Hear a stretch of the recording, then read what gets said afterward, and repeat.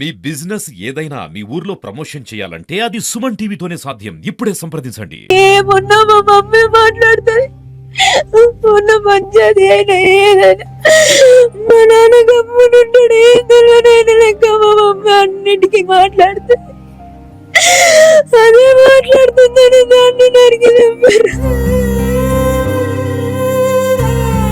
నన్నే చంపుతా అని 3 సార్లు ప్రయత్నం చేసిండు. మొన్ననే పోయిన మండ బ్లూటూత్ తో నురి పెడితే మా చిన్న మామ డోర్ వాళ్ళకి కొట్టి నన్ను బయటకు తీసిండు.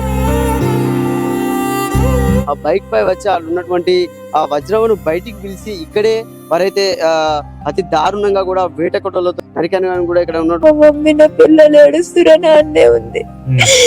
ఉండే 12 గంటలకు వచ్చిండు. ఎందుకున్నా ఇల్లు వెనక కూడా తిరగకుండా చూడకుండా వచ్చింది. నడుచుకుంటానే ధర్మారం నుంచి మా మమ్మీ మాట్లాడుతా, సార్ నాకు అన్న లేడు, తమ్ముడు లేడు, అక్క లేదు, చెల్లి లేదు, ఎవరు లేరు.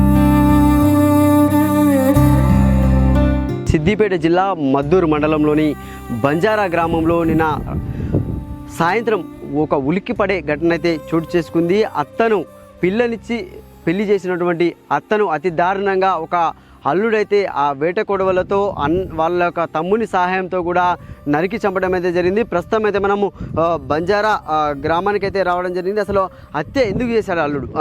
వేట కొడవలతో ఫ్యామిలీ వేరే ఇతర వాళ్ళ చుట్టాల వాళ్ళ ఇంట్లో ఉన్న సమయంలో కూడా వేట కొడవలతో అతి దారుణంగా కూడా ఒక అల్లుడు హత్య చేసిన ఘటన మాత్రం సిద్దిపేట జిల్లా వ్యాప్తంగా కూడా కలకలం రేపిందని చెప్పుకోవచ్చు.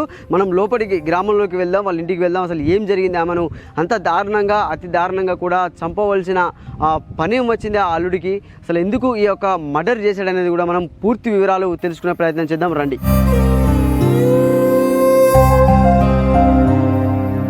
అల్లుడి చేతిలో వేట కొడవల్ల తో హత్య చేయబడినటువంటి వజ్రవ వాళ్ళ ఇంటికైతే రావడం జరిగింది. అంటే వాళ్ళ కూతురి విషయంలో, అంటే వాళ్ళ కూతురికి వాళ్ళ అల్లునికి కొన్ని రోజులుగా కూడా ఫ్యామిలీ ప్రాబ్లమ్స్ కొనసాగుతున్న నేపథ్యంలో కూడా మంచిగా ఉండాలి, మంచిగా సంసారం చూసుకొని మంచిగా ఉండు బిడ్డ అని చెప్పినటువంటి వజ్రవని అతి దారుణంగా వేట కొడవలతో ఇద్దరు అన్నదమ్ములు కూడా నరికి చంపడం అనేది సిద్దిపేట జిల్లాలో మాత్రం కలకలం రేపింది. ప్రస్తుతం అయితే మనం ఈ బంజారా ఊర్లో అయితే ఉన్నాము. వాళ్ళ కుటుంబ సభ్యులు అయితే కన్నీరు మున్నీరుగా విలపిస్తున్నారు. వాళ్ళ కూతురు అయితే ఉన్నారు. అసలు వాళ్ళు అంటే చాలా దారుణమైనటువంటి విషయం. వాళ్ళ కొడుకు కూడా కొన్ని సంవత్సరాల క్రితం మృతి చెందడం జరిగింది. అంటే ఒక కూతురు ఉంది, వాళ్ళ మనవళ్ళని కానీ మనవరాలను కానీ ఎంతో మంచిగా చూసుకుంటూ కూడా ఉండే వజ్రవను కుటుంబ కలహాల నేపథ్యంలో అల్లుడు వేటకొల్లను నరికి చంపడంతో కూడా అంత సంచలనంగా మారింది. అసలు ఏం జరిగింది, ప్రాబ్లం ఏంటి, మీ అమ్మను మీ ఆయన నరకడానికి కారణం ఏంటక్క? మా నాన్న ఏం మాట్లాడాడు, ఏమున్నా మా మమ్మీ మాట్లాడుతుంది. ఉన్న మంచిది అయినా ఏదైనా మా నాన్న గమ్మునుంటాడు. ఏం తెలియనైనా లెక్క మా మమ్మీ అన్నిటికీ మాట్లాడుతుంది. అదే మాట్లాడుతుందని దాన్ని నరికి చంపారు. ఎంతమంది మీద మీకు అనుమానం ఉంది అక్క? వాళ్ళు అన్న తమ్ముళ్ళు ఇద్దరు వచ్చారు. ఎప్పుడు మీరు అప్పుడు ఎక్కడ ఉన్నారు చెప్పండి. వాళ్ళ ఇంటికాడనే ఉన్నా. నన్ను పోలీసులు వచ్చి తీసుకొచ్చేదాకా నాకు తెలియదు.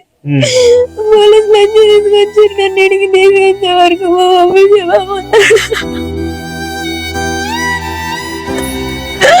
ఇప్పుడు ఇక్కడి నుంచి మీరు ఒక పంచాయతీ జరిగిందని చెప్పారు. ఇక్కడి నుంచి ఎప్పుడు వెళ్ళారు మీరు? ఇదివరకు ఎక్కడ ఉండేది? సండే రోజు పోయినాం మేము. అంత ముందు వారం నుండి ఆడే ఈడ ఉంటే ఏం చేస్తారో అని మా బాబాయ్ వాళ్ళ ఇంటికాడ ఉన్నాం. సండే మార్నింగ్ 10:30కి నన్ను వదిలేసి వచ్చిర్రు. నా పిల్లలు ఏడుస్తురని మా బాబాయ్లు మా డాడీ వచ్చేసిర్రు. మా మమ్మీ నా పిల్లలు ఏడుస్తురని ఆడనే ఉంది. ఉండే 12 గంటలకు వచ్చిండు. ఎందుకున్నా ఇల్లు వెనక కూడా తిరగకుండా చూడకుండా వచ్చింది. నడుచుకుంటానే ధర్మారం నుంచి నుండి ఆ ధర్మారం నుండి దాకా నడుచుకుంటూనే వచ్చిందంట. ఫోన్ చేస్తామంటే ఒక ఫోన్ కూడా ఇవ్వలేరు వాళ్ళ అమ్మ నాన్న. నా కొడుకు నానే ఫోన్ ఏమో అమ్మ తాతకు ఫోన్ చేస్తా, నానేమో తాతకు ఫోన్ చేస్తా, ఫోన్ అంటే ఫోన్ లేదు అనుకుంటా. ఫోన్ మాట్లాడుకుంటూనే ఫోన్ లేదని ఫోన్ కూడా ఇవ్వలేదు. నాకు తెలియదు. నిన్న నేను సాయంత్రం బయట కూర్చున్నాం. ఎవరో వచ్చి అడవి మర్డర్ అయిందంట, నువ్వు పోయి నన్ను దాసుకో అనగానే నేను సర్పంచ్ ఇంటికి పోయినా. పోలీసులు అడిగి వచ్చిర్రు. ఆ సర్పంచ్ మరి ఏమీ లేదు, ఈడ ఎవరు రాలేదన్నారు. మళ్ళీ పోయి మళ్ళీ వచ్చి ఆ అమ్మాయికి ప్రాణగండం ఉంది, ఆమెను బయటకు తీయడగానే నేనే ఇంటి వెనక నుండి ఉరికొచ్చి ఏమైంది సార్ అని అడిగితే, ఏం కాలేదమ్మా నువ్వు ఎక్కువ, మీ భర్త నంబర్ మీ మరిది నంబర్ అనగానే ఫోన్ నంబర్ ఇచ్చిన.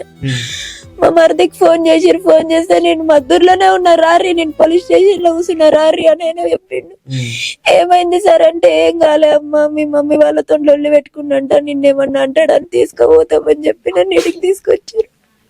అంటే ఎప్పటి నుంచి మీకు మీ కుటుంబంలో గొడవలు ఎప్పటి నుంచి కొనసాగుతున్నాయి? మీకు ఏ ఇయర్ లో మ్యారేజ్ అయింది? నాకు 2016 లో మ్యారేజ్ అయింది సార్. ఒక 1 month నుండి మా ఇంట్లో గొడవలు జరుగుతున్నాయి. మ్యారేజ్ అయిన 1 month నుంచి ఇప్పుడు 1 month నుండి జరుగుతున్నాయి. నన్నే చంపుతా అని 3 సార్లు ప్రయత్నం చేసిండు. మీ మీద కూడా మర్డర్ అటెంప్ట్ చేసిండా?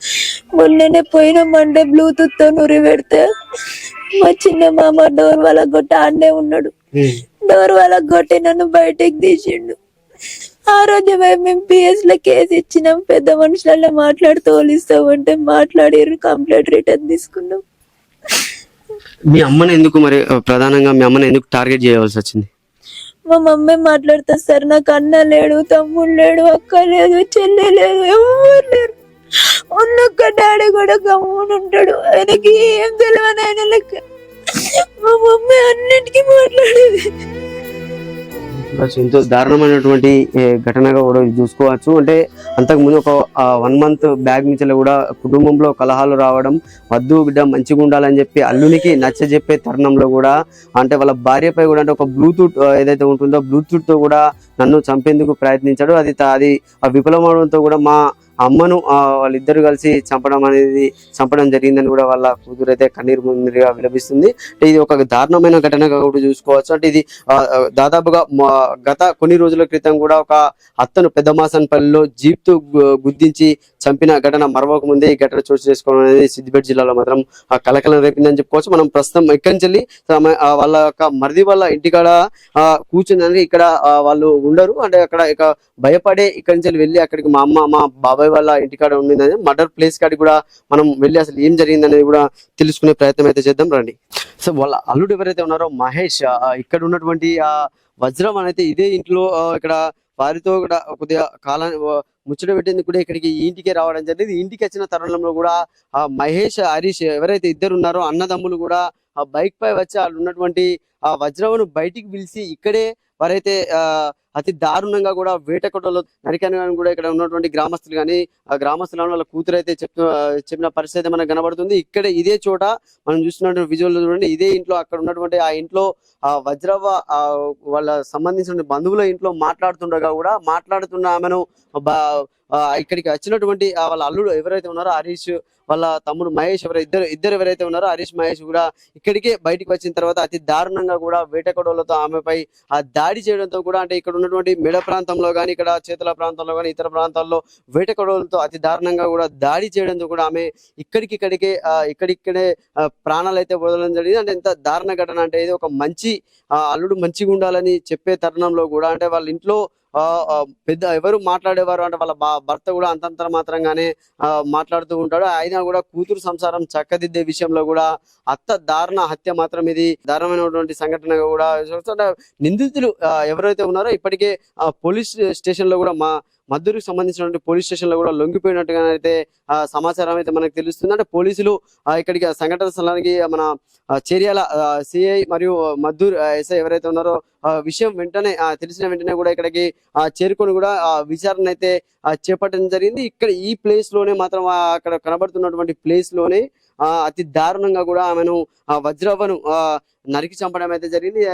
పోలీసులు అయితే విచారణ చేపట్టారు. ఇంకా తదుపరి విషయాలు కూడా ఇంకా వెల్లడిస్తామని కూడా పోలీసులు అయితే తెలపడం జరిగింది. ఇది మాత్రం ఒక దారుణ ఘటనగా కూడా సిద్దిపేట జిల్లా వ్యాప్తంగా కూడా ఒక సంచలనం రేపిన హత్యగా కూడా చూసుకోవచ్చు.